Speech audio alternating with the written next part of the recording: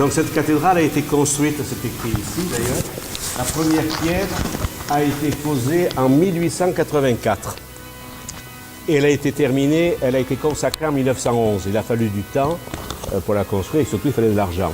Alors on a démoli une église du XIIIe siècle qui était là pour faire la cathédrale. Aujourd'hui on ne ferait plus une chose comme ça. Hein. Voilà. Mais elle était très petite quand même, elle était à la taille de la population. Voilà.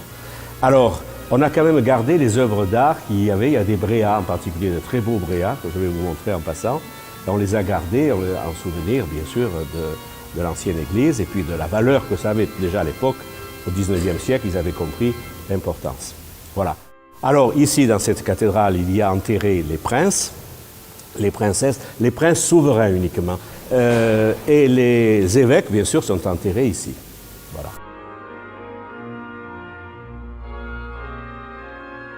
Avec des orgues qui ont été offerts à la cathédrale par le prince en 2011, au moment du 100e anniversaire de la consécration.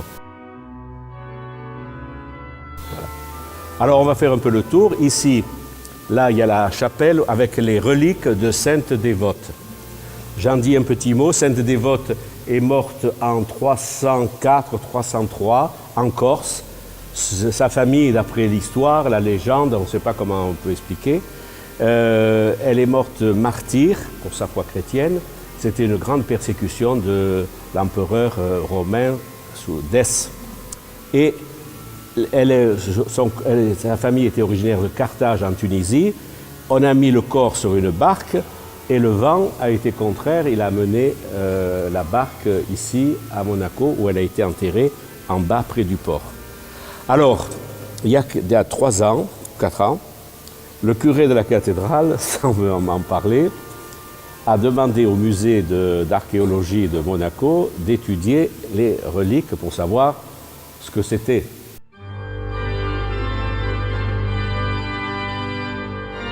En fait, la science a montré que c'était une femme qui a souffert, qui a été tuée à coups de bâton, et c'était l'histoire, parce que finalement, les légendes, elles partent toujours d'un fait historique. Alors après, c'est pas marqué dessus que c'est les eaux de Sainte-Dévote, hein, mais il y a quand même beaucoup de possibilités, et j'ai dit ouf. Et ils ont même pu nous dire ce qu'elle a mangé avant sa mort, en étudiant les eaux. C'est extraordinaire. Hein. Alors on a fait une conférence il y a 2 ans, oui, ça fait 2 ans maintenant. Les scientifiques ont donné une conférence où il y a eu beaucoup de monde qui est venu, et les gens étaient vraiment, comme moi, très intéressés par ce qui s'est dit. Voilà. Alors là, vous approchez encore un peu pour que les derniers puissent se voir. Si je vous embête, vous me le dites. Hein, non. Parce que moi, je peux parler 3 jours. Hein. Alors, c'est la plus belle œuvre de la cathédrale et même de la principauté de Monaco. Ce rétable de Bréa a été terminé le 20 août 1500. Le 20 août 1500, c'est la fête de Saint-Bernard. Je vous le dis pour que vous le notiez pour l'année prochaine, pour les cadeaux. Voilà. C'est Saint-Nicolas qui est au centre, il était au-dessus du maître-autel. Vous voyez, la finesse des regards, tous les spécialistes. Alors autour, il y a les saints qui sont vénérés. Et il y a à sa gauche, devinez qui? Saint-Étienne, fait ou à sa droite. Voilà, un petit clin d'œil. Il a été restauré et quand il est revenu, le tableau, vous voyez qu'il y a une pierre en haut sur sa tête pour rappeler comment il est mort, lapidé. Eh bien, il est en tenue de diacre, puisqu'il est... Voilà, un petit clin d'œil. Il avait enlevé en disant qu'est-ce que c'est cette histoire, et on leur a rappelé, mais non, attendez, c'est la pierre qu'il a tuée, voilà. À côté, il y a Saint-Laurent, qui est aussi en diacre, avec sa grille. À côté, c'est Sainte Marie-Madeleine, ben c'est marqué dessous. Hein. Et à côté, là, il y a Saint-Michel. Et puis ici, il y a les saints, les petits saints qui sont vénérés à Monaco. Et alors, ce qui est curieux, c'est que Sainte Dévote, c'est un des princes qui, au XVIe siècle, en a fait un peu la mise en avant. Et en haut, il y a la Sainte Anne qui tient les 3 générations. Elle tient la Vierge Marie et Jésus. Donc la grand-mère, la mère et le fils. Alors l'autel, c'est l'ancien autel qui a été aménagé, le chœur. Vous avez au fond le siège de l'archevêque. Ça s'appelle la cathèdre et c'est pour ça que une cathédrale porte le nom, parce qu'il y a la cathèdre, il y a le siège de l'évêque.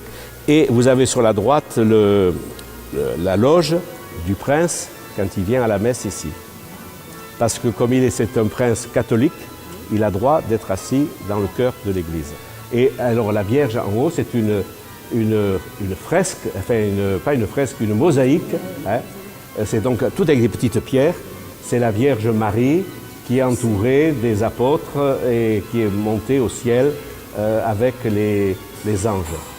Donc, alors avant, Monaco dépendait du diocèse de Nice. Mais les princes de Monaco voulaient que leur pays, leur principauté ait un évêque. Mais Rome trouvait que mettre un évêque ici, parce que la principauté était plus grande, Menton et Roquebrune-Camartin appartenaient à la principauté. Et Menton et Roquebrune dépendaient de l'évêque de Ventimille. Et Monaco-Ville, ici, dépendait de Nice. Donc ils voulaient l'unité. Et puis Rome traînait les pieds parce que je trouvais que c'était trop petit pour faire un diocèse. Il y avait 2000 à 3000 habitants. Hein. Vous voyez, c'est comme si Saint-Étienne devenait un évêché. Voilà. Donc, et puis il fallait faire vivre l'église aussi, il n'y avait pas les moyens. Alors donc, ça a traîné. Et le prince, il s'est dit, je vais construire une cathédrale, comme ça Rome me donnera un évêque. Et c'est ce qui s'est produit d'ailleurs. Donc la première pierre a été posée en 1875, et l'église bénie en 1884. Donc ils ont commencé à célébrer, même si l'église n'était pas terminée. Bon. Et puis en 1911, elle a été consacrée. Bon, alors elle a été dédiée à Notre-Dame de l'Immaculée Conception. C'était le moment, vous savez, du Concile œcuménique Vatican I, et puis il y a eu la définition du dogme de l'Immaculée Conception.